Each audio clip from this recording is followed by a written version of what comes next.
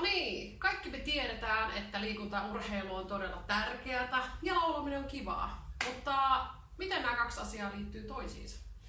Tähän videolle mä oon koostanut 3 pääkohtaa, mitä mä ajattelen asiasta, joten toivottavasti siitä on myös iloa sulle.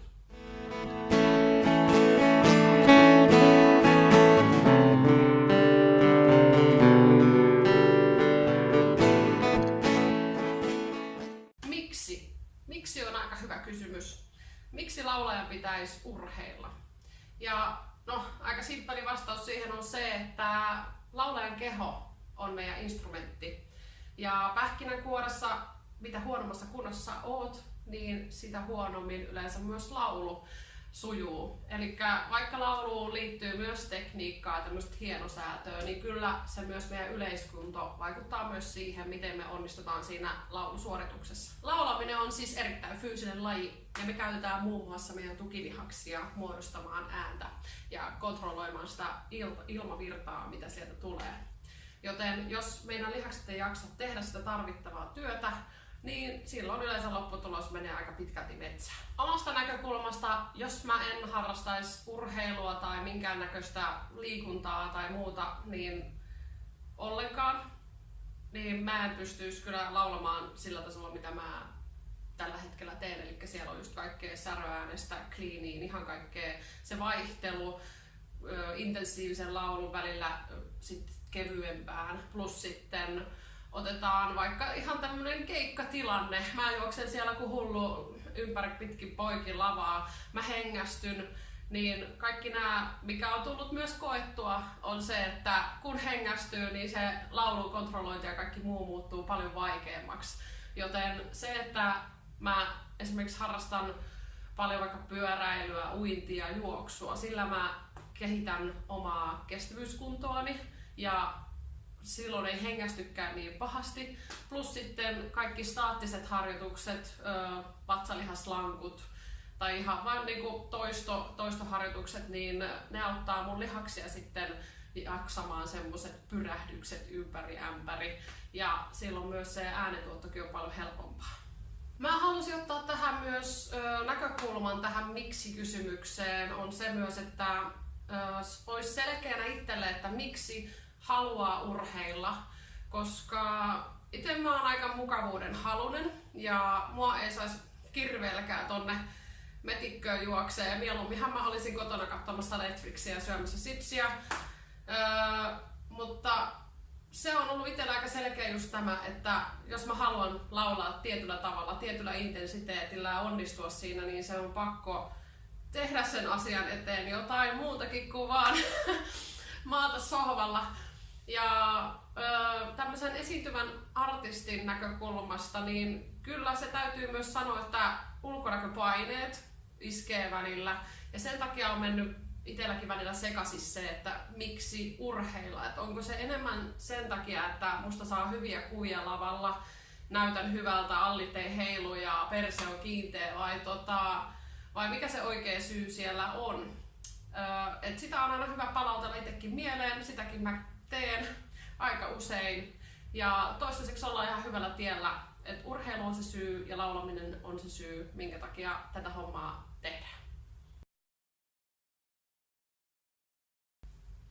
Miten luoda liikunnasta ja urheilusta oma elämäntapa? No aika helposti. Onhan näitä kaikennäköisiä ohjeita nettikin pullollaan, esimerkiksi että kävele töihin, pyöräile töihin ja sitä muun muassa minäkin teen.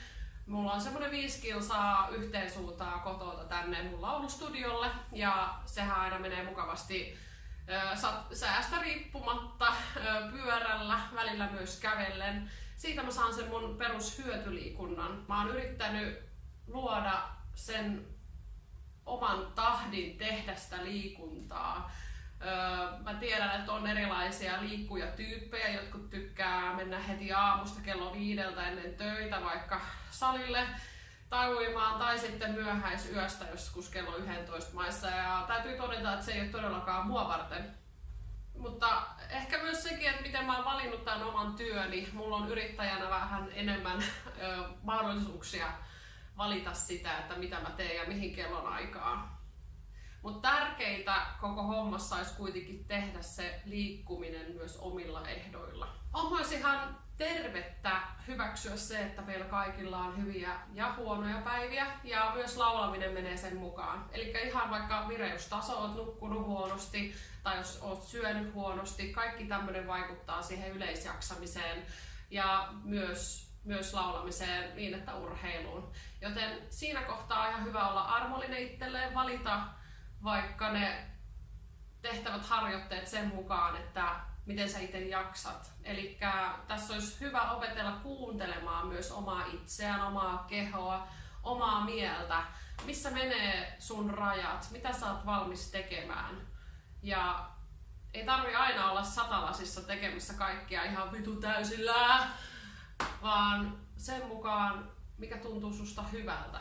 Totta kai itseään haastaen ei pidä luovuttaa oman itsensä suhteen ja alittaa sitä rimaa, mutta saa olla sen tervettä niin kuin maalaisjärkeä kaikessa. Eli päivinä, jolloin sulla on vähän vähemmän virtaa, ota päikkärit, käy vaikka vesijuoksemassa tai joogaa. Ja seuraavana päivänä voikin olla ihan erilainen fiilis. Sitten päästiinkin tähän aikuisten osioon, eli vastuun ottamiseen. Siihen, että kun sä aloitat jotain, niin aiot sä heti luovuttaa ja olla tekemättä asioita loppuun asti? Vai otatko sä vastuun siitä, että sä pystyt esimerkiksi ylläpitämään tiettyä elämäntapaa? Vai aiotko sä syyttää vaikka muita ihmisiä tai universumia siitä, että sulle ei löydy sopivaa urheilulajia tai sää oli huono, en voinut lähteä lenkille tai muuta. Siis näitä syitähän on ihan loputtomiin, mutta se, että sun elämä on sun käsissä. Kaikilla meillä on niin sanotusti paheita. Esimerkiksi itsellä on mukavuuden haluisuus ja semmonen, että haluaisi päästä vähän sieltä niinku aidan matalimmasta kohdasta, mutta sitäkin asiaa on tullut käsiteltyä paljon itsensä kanssa. Näihin yleensä liittyy myös omat syynsä, minkä takia me niin sanotusti ruvetaan alisuorittamaan. Ja siinä kohtaa olisi tärkeää olla myös itselleen armollinen. Muutos tapahtuu yleensä sitten sitä kautta, kun hyväksytään ja ymmärretään omaa itseämme ja omaa toimintaamme.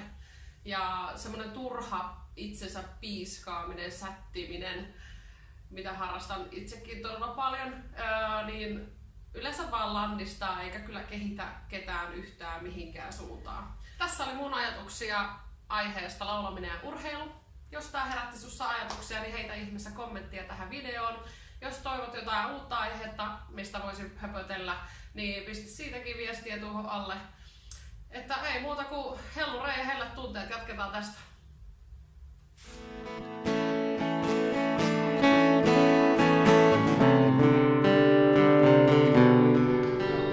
Reilusti taippuen, ensin alkuvauhtikunnan pyllistys. Just pitkä hyvä veto, lapaakin vetää. Just. Smoothi kiinniotto ylhäällä. Ja kierto pois. Koko ajan rintakehä osoittaa alaspäin. Hyvä.